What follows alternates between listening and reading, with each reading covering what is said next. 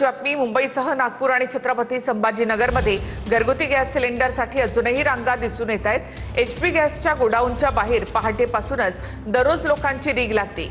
काही ठिकाणी बुकिंग करून सुद्धा गॅस मिळत नसल्यामुळे नागरिक हैराण झालेत। मुंबईमध्ये दादरच्या नायगावमध्ये सिलेंडरसाठी लोकांनी रांग लावली आहे।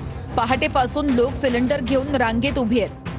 हजारो लोक सिलेंडरसाठी प्रतीक्षा करतायत। सिलेंडर बुक केल्यावर ओटीपी येत नसल्याची तक्रार ग्राहकांनी केली आहे। नागपूरच्या काही भागात 12व्या दिवशीही घरगुती गॅस सिलेंडरसाठी लोकांनी रांग लावली होती। गॅस सिलेंडरच्या गोडाऊन बाहेर पहाटेपासूनच लोकांनी गर्दी केली। छत्रपती संभाजीनगरच्या एपीआय कॉर्नर परिसरामध्ये गॅस एजन्सी समोर लोकांनी सिलेंडरसाठी रांग लावली होती। घरगुती गॅस सिलेंडर घेण्यासाठी नागरिक सकाळी 5 वाजल्यापासून रांगेत उभे होते। अनेक दिवसांपासून बुकिंग करूनही वेळेवरती सिलेंडर मिळत नसल्याचा नागरिकांचा आरोप आहे।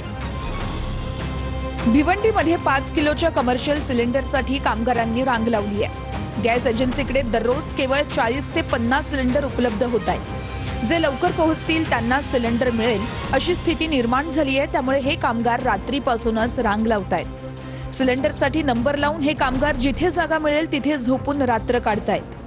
गेल्या 3 ते 4 दिवसांपासून सतत रांगेत उभे राहूनही सिलेंडर न मिळाल्यानं कामगार वर्गात नाराजी आहे। कामगारांनी प्रशासनाकडे 5 किलो कमर्शियल गॅस सिलेंडरचा पुरवठा वाढवण्याची मागणी केली आहे।